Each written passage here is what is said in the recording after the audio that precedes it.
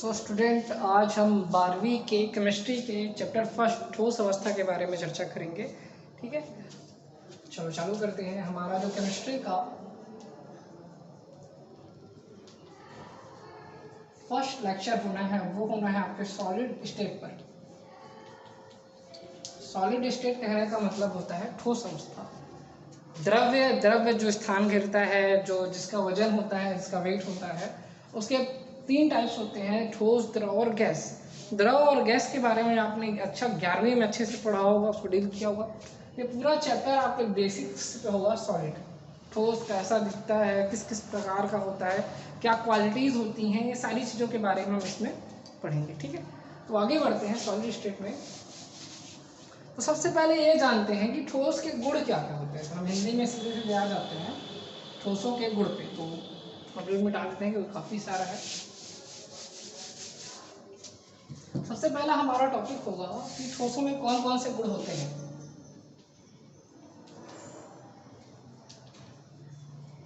ठोसों के सबसे पहले ये जाना होगा कि इसका फिक्स्ड वॉल्यूम यानी फिक्स्ड आयतन होता है। तो आप लिखेंगे निश्चित आयतन होता है। इसका निश्चित शेप होता है, यानी कि निश्चित आकृति होती है।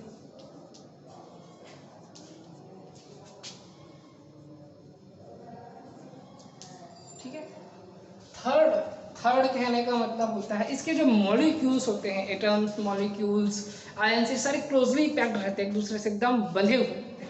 तो कह सकते हो आप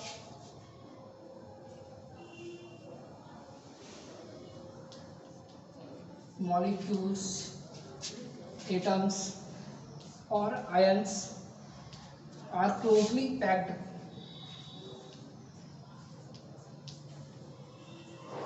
एक दूसरे से बंधे हुए होते हैं। जैसे कि ये आपका कोई मैटर है, ये अगर मान लो ये आयंस हैं या मॉलिक्यूल्स हैं,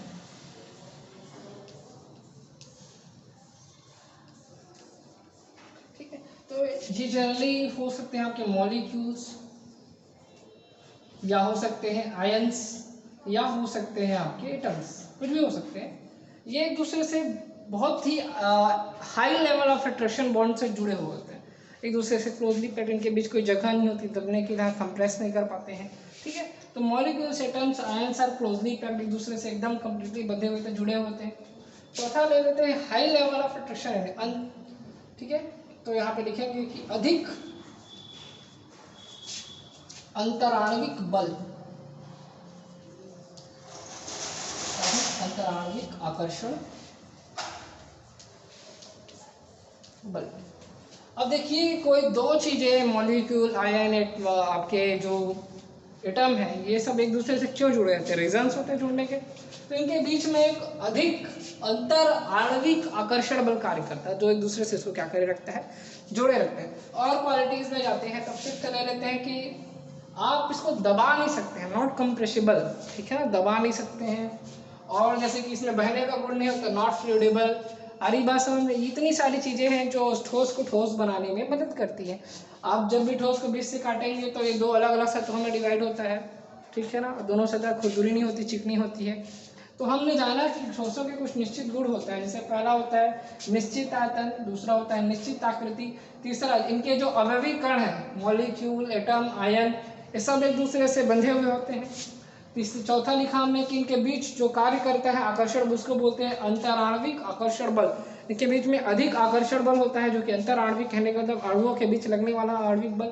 ठीक है, अब फिर से लिख लेते हैं कि दबाव रहित होता है, इसको दबाया नहीं जा सकता। आरी भाषा काफ़ी सारा गुण होता है जो आप इंग्लिश मीडियम, हिंदी मीडियम दोनों में पढ़ते हैं। फिलहाल हम 5 प्रकार के गुण के बारे में जानेंगे। ठोस कहने का मतलब निश्चित आकृति, निश्चित आयतन, एक इसके मॉलिक्यूल्स यानी अवयवी कण एक दूसरे से क्लोजली पैक्ड रहते हैं। फोर्थ है आपका अधिक अंतराणविक आकर्षण बल, जो इनको बांधे रखने में मदद करता है। फिफ्थ आपने इसको लिखा नॉट कंप्रेसिबल, कहने का मतलब दबा नहीं सकते हैं। और काफ़ी सारे गुण होते हैं। इसके इलेक्ट्रॉन क्या करते हैं, वाइब्रेट करते हैं।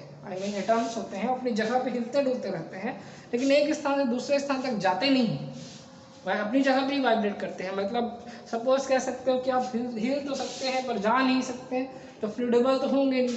फ्लूइडेबल कौन होता है आपका, द्रव होते हैं तो विद्रव के कणों के बीच में जगह रहती है, तो एक दूसरे के आसपास वो राउंड करते रहते हैं। ठीक है, 5 प्रकार के गुण आप स्क्रीनशॉट ले लेंगे।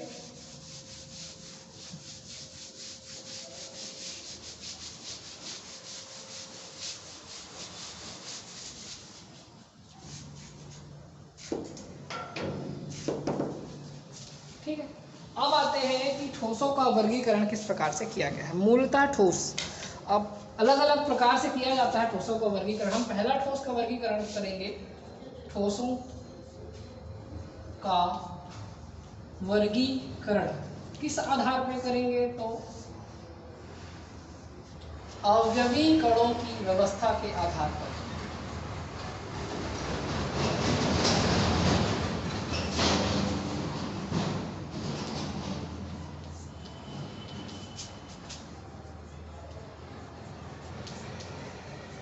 अवयवी कणों की व्यवस्था के आधार पर कहने का मतलब इनमें जो अणु, आयन या परमाणु भाग लेते हैं ठोस को बनाने के लिए, वो एक निश्चित क्रम में होते हैं या अनिश्चित क्रम में होते हैं।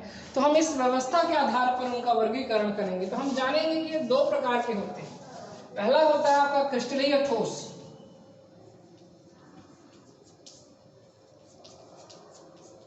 दूसरा होता है आपका अक्रिस्टलीय ठोस।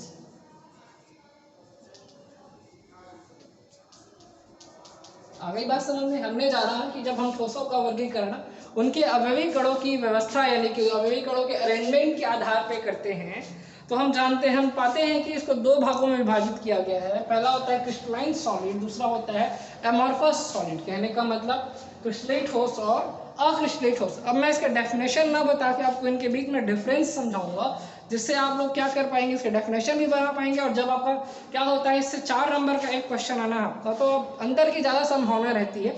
तो अंतर के बारे में गहन विशेषता से हम क्या करेंगे, इसका अध्ययन करेंगे। ठीक है, आपको काफ़ी मजा आने वाला है पढ़ने में, तो लगे रहिएगा, देखते रहिएगा। हम क्रिस्टलीय और अक्रिस्टलीय ठोस के बारे में अच्छे से आगे जानकारी लेते हैं। ठीक है,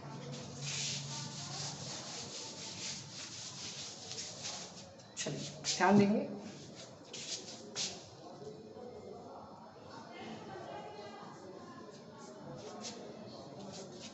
क्रिस्टलीय ठोस, अक्रिस्टलीय ठोस।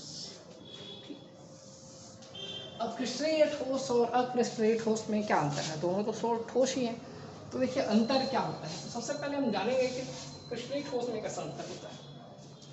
तो देखिए जो इसके अवयवी कण होते हैं ना, क्रिस्टलीय ठोस के अवयवी कण, ये 3D अरेंजमेंट होते हैं। 3D अरेंज कहने का मतलब होता है पार्टिकल्स एक के बाद एक के बाद एक के बाद एक के बाद एकदम व्यवस्थित रहते हैं। ठीक है, क्या बोलोगे कि क्रिस्टलीय ठोस के अवयवी कण 3D रेगुलर अरेंजमेंट होते हैं। क्या कह सकते हो आप इसको? 3D रेगुलर अरेंजमेंट होते हैं। जो आपके क्रिस्टलीय ठोस होते हैं ना, उनके अवयवी कण, अणु, परमाणु या आयन रेगुलर कहने का मतलब एक निश्चित त्रिविमीय क्रम में व्यवस्थित रहते। क्या कह सकते हो आप? निश्चित त्रिविमीय क्रम में व्यवस्थित रहते। त्रिविमीय कहने का मतलब होता है जिस प्रकार से ये हमारा, सॉरी, ठीक है, आप डस्टर चारों तरफ से देख पाते हैं। ठीक है, त्रिविम में है, सारे कण एक प्रकार से व्यवस्थित है जो ठोस को ठोस की तरह दिखाई देते हैं। ठीक है ना, ठोस को ठोस कौन बनाता है? अवयवी कणों की निश्चित व्यवस्था ही क्या बनाती है, उनको ठोस बनाती है। तो क्रिस्टलीय ठोस क्या होता है? सबसे पहला जो टॉपिक हम जानेंगे, तो क्रिस्टलीय ठोस के जो अवयवी कण होते हैं, अणु, परमाणु या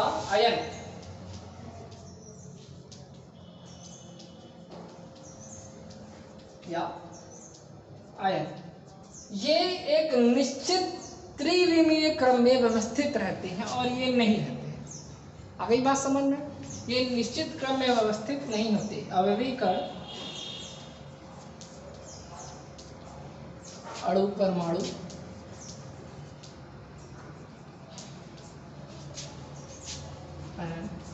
निश्चित क्रम में व्यवस्थित नहीं रहते।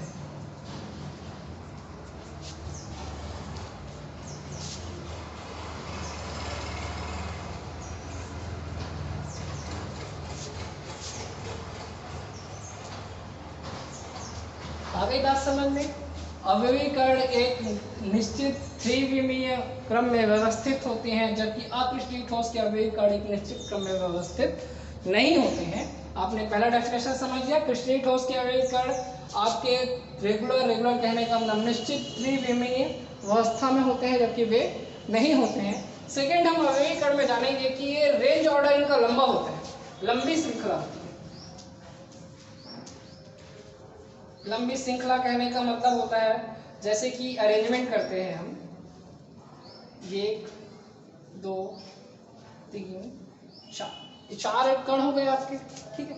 अब जैसे कि ये डस्टर है, डस्टर को आपको सामने वाला पार्ट दिखाई दे रहा है, आपको बैक साइड नहीं दिखाई दे रहा है। इसका मतलब ये तो नहीं कि इसका बैक साइड नहीं है, 3D अरेंजमेंट है, मतलब चारों तरफ चीजें हैं। तो बैक साइड इसकी कहाँ पे बना लेते हैं, यहाँ, ठीक है, इसका बैक साइड। अब बैक साइड बन के अब आप इसको कन्वर्ट करिए, आपस में जोड़िए, ठीक है। ये हो गया आपका पहला। अब इसी प्रकार से जब आप इसको आगे बढ़ाएंगे,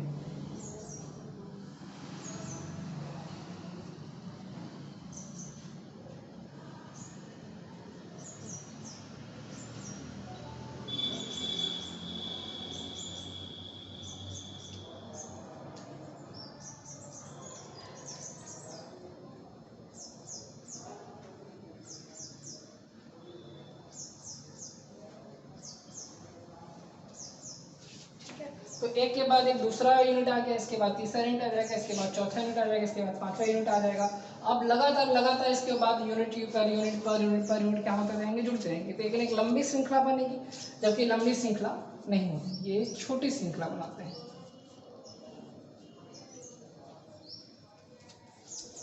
अगली बात समझ में, ये एक लंबी श्रृंखला बनाते हैं, जबकि वो क्या बनाते हैं, आपके छोटी श्रृंखला बनाते हैं। थर्ड है आपका,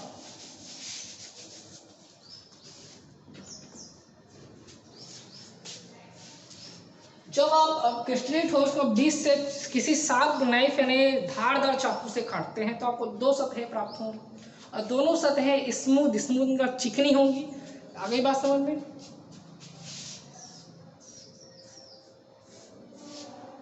ठीक है। जब आप किसी क्रिस्टलीय ठोस को किसी शार्प नाइफ से बीच से काट देते हैं, तो आपको दोनों सतहें प्राप्त होती हैं, 2 सतहें प्राप्त होती है, और दोनों सतहें क्या रहती है, स्मूथ रहती हैं। आप देख सकते हो चाकू से काटने पर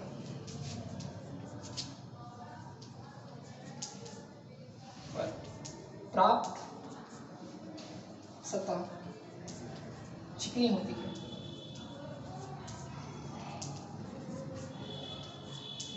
यहाँ देख सकते हो आप खुरदुरी होती है।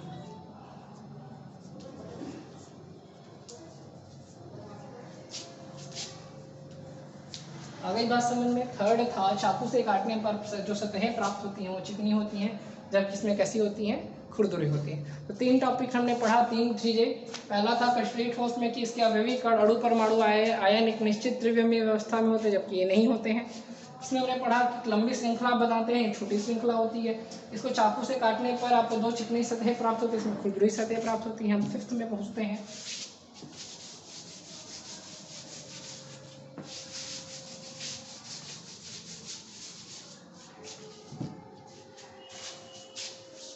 फोर्थ है शार्प मेल्टिंग पॉइंट।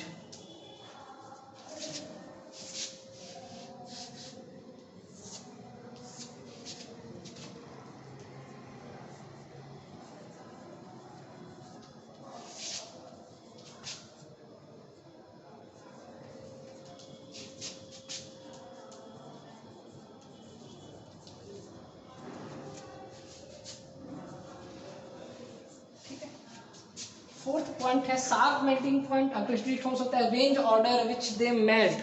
कहने का मतलब होता है कि जो आपका क्रिस्टलीय ठोस होता है, शार्प कहने का क्या मतलब होता है, शार्प कहने का मतलब वो धारदार वाली बात नहीं कर रहा है, इसमें ई लगा हुआ है। शार्प कहने का किसी फ्रेंड को कहते हैं ना कि कल मैं तेरे से शार्प 8 o'clock मिलूंगा। शार्प 8 o'clock कहने का मतलब होता है कि केवल 8 बजे, ना 8 से पहले मिलूंगा ना 8 बजे से, ना पहले ना बाद में। शार्प कहने का वही मतलब होता है। जैसे कि इसकी मेल्टिंग पॉइंट है, मान लो क्रिस्टलीय ठोस की मेल्टिंग पॉइंट मान लेते हैं 120 डिग्री है, तो ये ना तो 119 में पिघलेगा ना तो 121 में पिघलेगा, किसमें, 120 में। ऐसा नहीं है कि आप जब 114 तक पहुंचेंगे तो पिघलना चालू कर देगा, नहीं। जब तक आप 119.9 डिग्री तक भी पहुंच जाते तब भी ये नहीं पिघलेगा। ये पिघलेगा किस पे? 120 डिग्री सेंटीग्रेड पे। और 120 डिग्री सेंटीग्रेड पूरा पिघल के क्या हो जाएगा? खत्म। 121 पहुंचने की देरी नहीं लगेगी, कंप्लीटली 120 डिग्री पर क्या हो जाएगा? पिघल जाएगा। आ रही बात समझ? इसका range order which they melt कहने का मतलब होता है कि ये 114 से पिघलना चालू करेगा और लगभग 125 तक के पिघलेगा। मतलब धीरे धीरे धीरे धीरे धीरे साकी श्रृंखला में पिघल। आ गई बात समझ में? तो जो आपका क्रिस्टलीय ठोस है उसका शार्प मेल्टिंग पॉइंट होता है, 120 डिग्री सेंटीग्रेड पर पिघलना है तो उतने पे ही पिघलेगा, ना तो कम ना तो ज़्यादा। उसका क्या होता है? लगातार धीरे धीरे धीरे धीरे धीरे धीरे पहले पिघलना चालू करेगा और अंततः पिघल ही जाएगा। आ गई बात समझ में? फिफ्थ होता है आपका इसका, अब आपने पढ़ा होगा कि एंथैल्पी क्या होती है, ठोस की एंथैल्पी।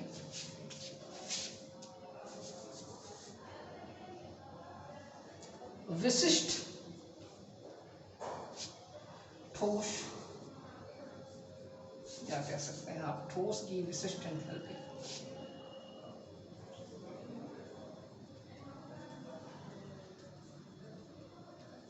ठोस की स्पेसिफिक एंथैल्पी कहने का मतलब सॉलिड, एक मोल सॉलिड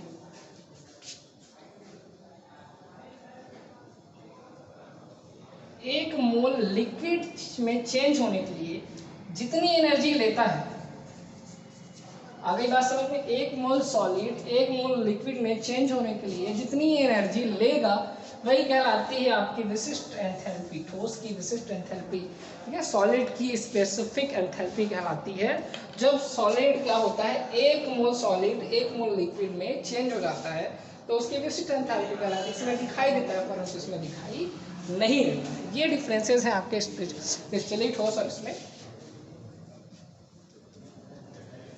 आ गई बात समझ में? उसमें क्रिस्टलीय ठोस में विशिष्ट एंथैल्पी होती है, इसमें नहीं होती। क्लियर? आज के लेक्चर में इतना ही। कल हम पढ़ेंगे ठोसों का वर्गीकरण ही पढ़ेंगे, किस प्रकार के ठोस। एक और चीजें समझना, जो आपका क्रिस्टलीय ठोस होते हैं ना, ये आप ट्रू यानी कि ट्रू सॉलिड्स होते हैं। जो जिस सॉलिड की हम बात करते हैं ना, ये ट्रू सॉलिड होते हैं, ये पक्के सॉलिड होते हैं। और आप क्रिस्टलीय ठोस कहने का मतलब होता है सूडो सॉलिड होते हैं। सूडो सॉलिड कहने का मतलब ये सॉलिड होते नहीं है, सॉलिड की तरह व्यवहार करते हैं। हरी बात समझ में? जो हमारे क्रिस्टलीय ठोस हैं वो ट्रू सॉलिड्स, पक्के सॉलिड्स होते हैं, जबकि अक्रिस्टलीय ठोस हमारे सूडो सॉलिड, सॉलिड की तरह व्यवहार करते पर होते नहीं है। इसमें आप इसमें देख सकते हैं NaCl, ये ट्रू सॉलिड्स होता है आपका। फेरस आपका ट्रू सॉलिड होता है। इसमें आप सॉरी इसमें डायमंड भी ले सकते हैं आप, डायमंड भी आपका ट्रू सॉलिड होता है। इसमें आपका एग्जांपल में आ जाए ग्लास, ठीक है, ग्लास, क्वार्ट्ज, ये सारी चीजें होती हैं आपके सूडो सॉलिड्स यानी कि अक्रिस्टलीय सॉलिड्स। आगे बात समझ में? आगे हम अगले लेक्चर में पढ़ेंगे।